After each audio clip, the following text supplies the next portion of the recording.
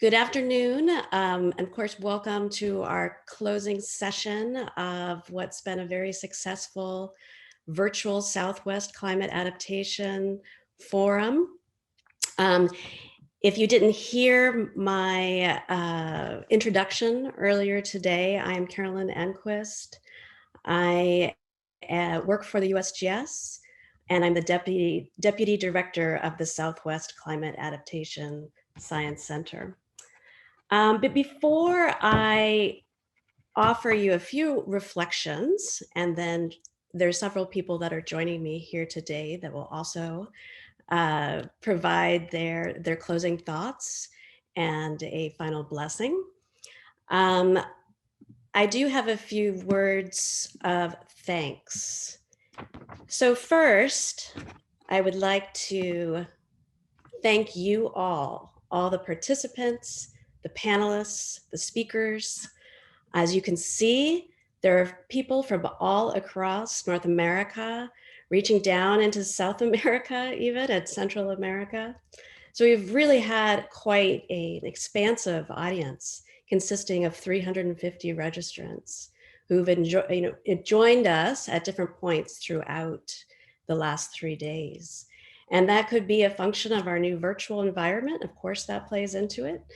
But also just the broader reach of the important topics that we're discussing here and some of the shared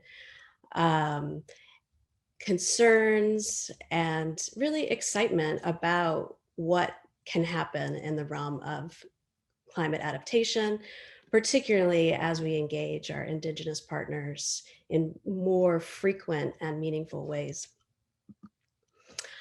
Secondly, I would like to thank our advisory committee.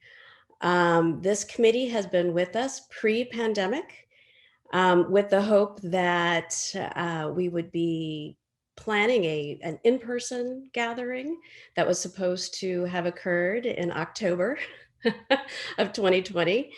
But they've really stayed with us in the transition to a virtual event. And this group has been led fearlessly by Althea Walker. And so I'd like to thank everybody who has been engaged with us on that front.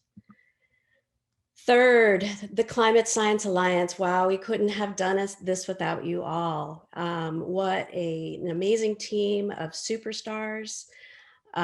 Each of you bring to the table so many talents, and then you put them together, and the synergies that occurred are just really inspirational and outstanding. So thank you to the team as led by Amber Paris, who is also serving as the Southwest Climate Adaptation Science Center's part-time partnership liaison. You're invaluable. We couldn't have done this without you. Thank you, thank you. And finally, I'd like to thank the many partners that also helped us put this event on. Thanks to each and every one of you. Again, we couldn't have done this without you. So to close, I just wanted to share a few thoughts about each of these amazing 3 days that we've spent together, and just offer a few of the themes that really resonated with me. I'm sure that there are many, many more that we will try to capture and share, and we certainly offer your insights as we wrap up the week's events in a synthetic form that we'll share with all of you. But one of the first things that it became very clear about in day one was the concept of collaboration, partnerships, co-management, shared stewardship. That just resonated first in that session and then all the way through the 3 days.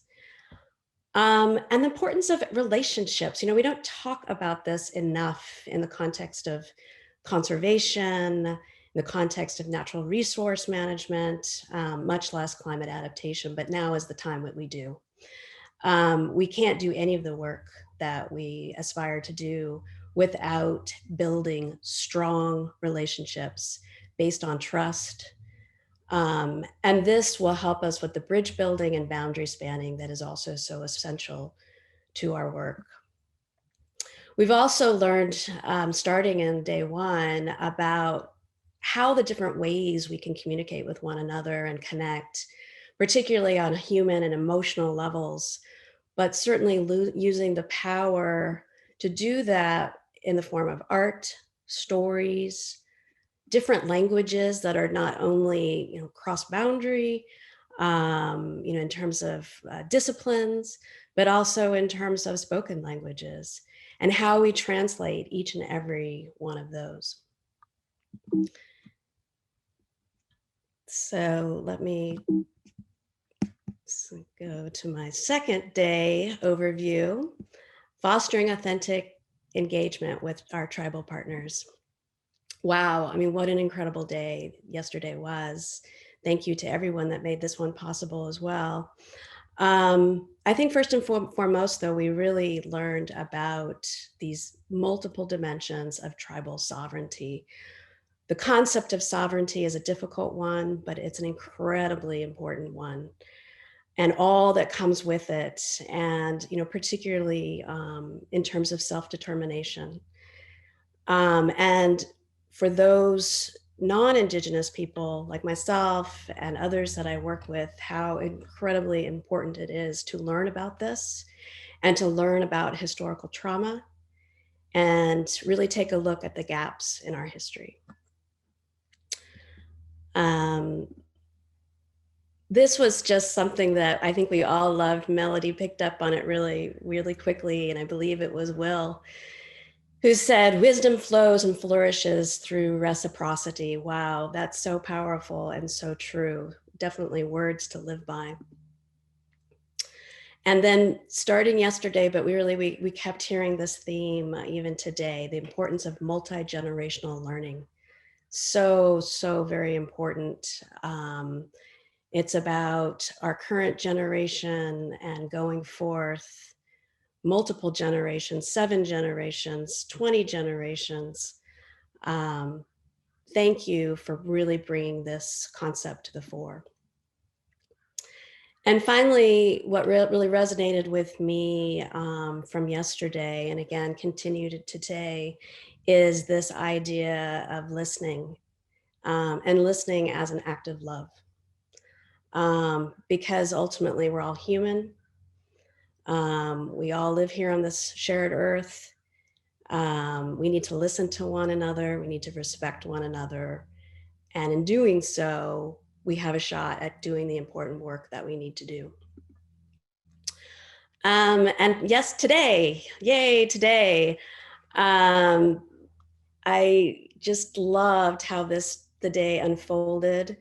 And I wanted to start with sharing a few pictures from just 2 weeks ago, where I had the honor and privilege to spend the weekend with the Honorable Ron Good, his family, his friends, colleagues, in one of the many cultural burns that he has done on his family's property. And it was so wonderful to be there, to listen and to learn and lend a hand. And so really my takeaways from today, as well as from 2 weeks ago, were, really trying to understand and grapple with the idea of the important distinctions between cultural fire, and actually it says that cultural fire is underneath that picture of a cultural burn, and prescribed fire.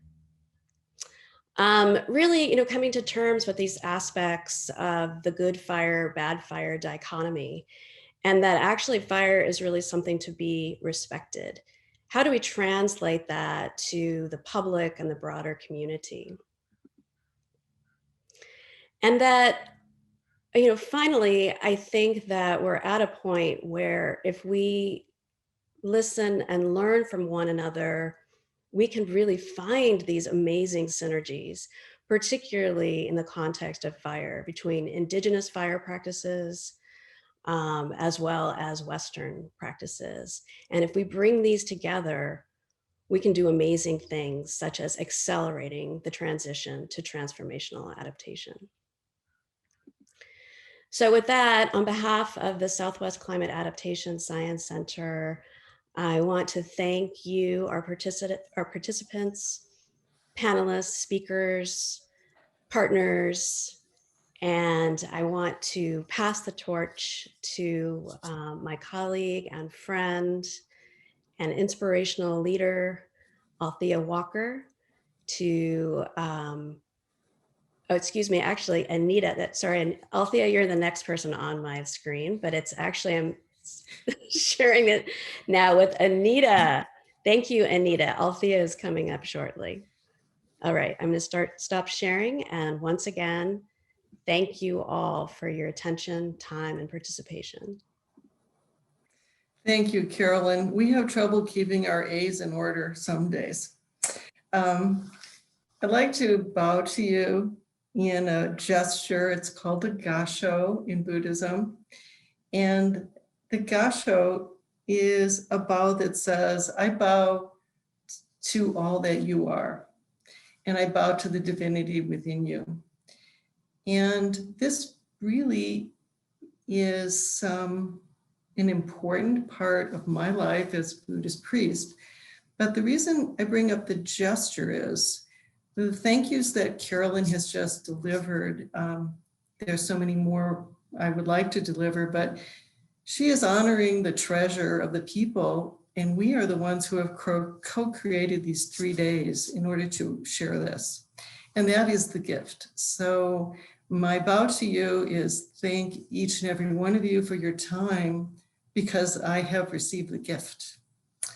In Buddhism, you begin any kind of practice, whether it's by yourself or opening up a ritual, with something that's called preliminary practices or refuge practices. And lightly translated, you take refuge in your gurus, who are your teachers. These are anyone that has brought you to the place where you reside today, who's had the wisdom to share that with you. And you take refuge in the Buddhas, which are all the enlightened beings. And you take refuge in the Dharma. And Dharma means truth. But Dharma also means, what is your work on this planet? Why are you here? That's your Dharma. And the concept I'd like to add to the glossary of terms on page 41 of your beautiful workbook is a word called, I take refuge in the Sangha, S-A-N-G-H-A. And the Sangha means the collective that is gathered to assist you, to get you to the next point of your life. So though I come from an Irish Catholic heritage and did not know my grandparents much, I have been very blessed by teachers who have helped me get to this moment to be able to share what I can with you today. So today I wanted to say our engagement as we have gathered this week, it has been grounded in transformational insights, which Carolyn has pointed out, and very authentic compassion. And this has strengthened every one of us, our awareness and our knowledge sharing. And it's going to make us far more sustainable and resilient in our communities, in our professional communities, in our personal communities. And I'm just going to read a few little taglines from some of the speakers who have shared with us throughout the experience. Carletta Chief, she did say, it's all about understanding the community and finding those within our community to mentor us. Well, those are our gurus. And she also said, we need to support the training of our tribal community members, our partners, and tribal students in order to get involved with this type of work. Julie Maldonado said, sustained partnerships. This is all part of our conversation. Many of you have shared deep wisdom that crosses all cultures. But the word Sangha, I don't know if you want to call it a Swaf Sangha, but it just means that we've created more than the word community, more than the word rights holders, more than the word stakeholders. all of us who have showed up and will continue to complete this circle, it moves forward and strengthens as we go to Earth Day this month. It moves forward, and I hope my circle closes and I get to see you in person April 4th and 6th next year, where we're going to have our next SWAF. So Ron Good, I'd like to thank you so much for your tagline that you said, which was, we're burning for new life. We are burning for new life. And when we are able to burn these plants, they can respond within 1 week. They can respond within 1 month. And then these planets can draw water, retain, and release it. I mean, it really is a circle symbolic at many, many levels that we've shared here, besides our academic science knowledge. It's the wisdom of the strength of this Sangha, the strength of the people that are committed. And again, so many of the comments from our speakers talked about talk once, listen twice. Less talking, listen more. We've heard that a lot. And so I am going to keep my remarks in mind of that. But who is in the room is what Nikki Cooley said. And who is in the room are the people, our teachers, the energy of the earth that we saw in those incredible photos of the hazel plant. We're not here. I haven't seen any animals, but I know there's some dogs out there that are in here for the entire 3 days. We are not just human beings, but we are all sentient beings. So I'd like to just close by saying there's lots of interesting nonprofits we haven't even talked about today. And one of them I bumped into in my Google research is called One Earth Sangha. And it's a nonprofit that sprung up for people involved in wanting to do something about the ecology of Mother Earth from a Buddhist point of view. I've never heard of them, just bumped into them. But they've written a adaptation of a very common practice in Buddhism. It's called the dedication of merit.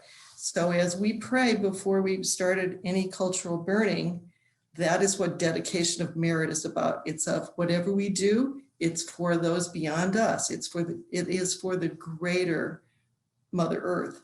So I'd like to read this particular, you'll find it on the web, they're an ORG version of dedication of merit. So as we move forward through the next year till we join again, hopefully at April 4th at least, if not sooner, our prayers are that any goodness generated here extended out into the world. I'm sure it has. May all the places be held sacred. May all the mother sentient beings be cherished. May all injustices of oppression and devaluation be fully righted, remedied, and healed. May all the wounds to the forests, the rivers, deserts, oceans, all the wounds to Mother Earth be lovingly restored to bountiful health. May all beings everywhere delight in whale song, bird song, and blue sky. May all beings abide in peace and well-being, awaken and be free. Thank you so much for all your energy you've contributed. And I say to Althea, please continue. Thank you, Anita. Just a few thoughts I wanted to share with you before passing it over to Ron for a blessing. I just want to thank you all for joining us at the 2021 Southwest Adaptation Forum. Thank you to everyone who has contributed their time, knowledge, and experience with us. A huge thank you to the Climate Science Alliance team for all the heavy lifting, all the behind the scenes stuff, and making this experience possible and allowing us to come together. You know, your hard work does not go unnoticed. So the Southwest Adaptation Forum is not a standalone effort, and we, the Southwest Cast and the Climate Science Alliance, have committed our work to building relationship, partnership, collaboration, and building synergies across the region and the nation. And we will take what we have learned and experienced here to all future efforts and the work that we do. More specifically, 2021, the 2021 Southwest Adaptation Forum will influence the upcoming 2022 Southwestern Tribal Climate Change Summit and the 2022 Southwest Adaptation Forum that Anita just mentioned. We look forward to all the opportunities to build bridges across our climate networks and efforts together, and always be reminded that you are never alone in this work. But thank you for giving me this time to be with you. I truly appreciate you all. Ron?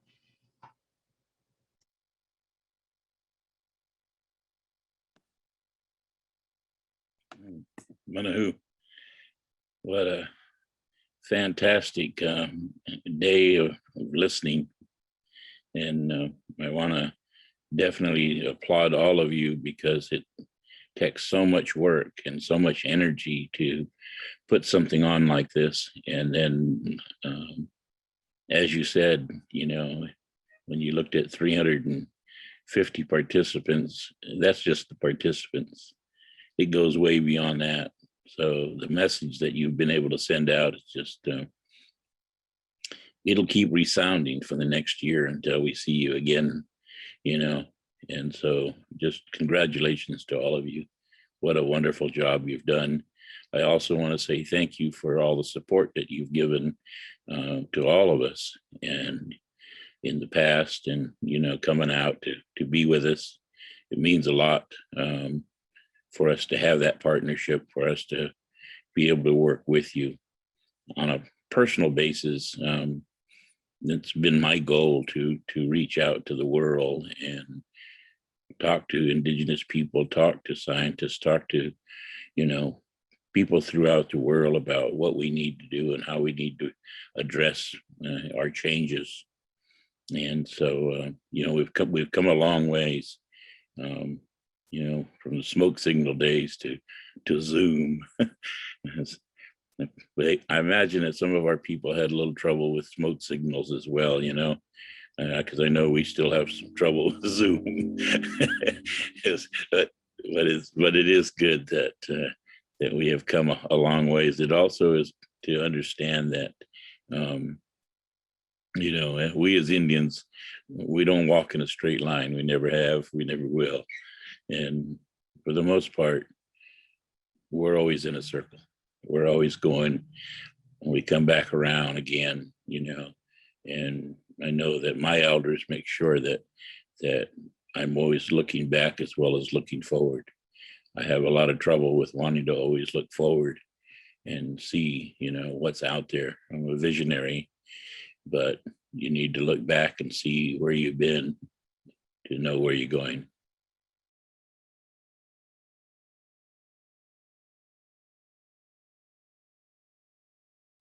Thank you, Chairman Good, for your prayer and your presence today. We're so grateful to you and everyone who shared their wisdom and goodwill over the past 3 days. May we all take the lessons learned this week and work to continue our efforts across the Southwest in the right way together. On behalf of the Climate Science Alliance and our team, thank you all so much for joining us and participating in these important conversations. If you missed any part of the forum, we'll be working to get all the recordings uploaded in the coming weeks so that you can reference them and share with your colleagues. Lastly, just to reiterate with what Anita and Althea and Carolyn have mentioned, we really hope that this conversation continues from here, that the learning will always continue. We invite you all to join us for the SWAF in 2022 and the Southwest Tribal Climate Change Summit in 2022 as well. And we'll be sending that information about those events in the coming months. So with that, I wish you all the very best. I look forward to when we can be together again, hopefully soon. Until then, be safe and be well. Thank you and have a great afternoon.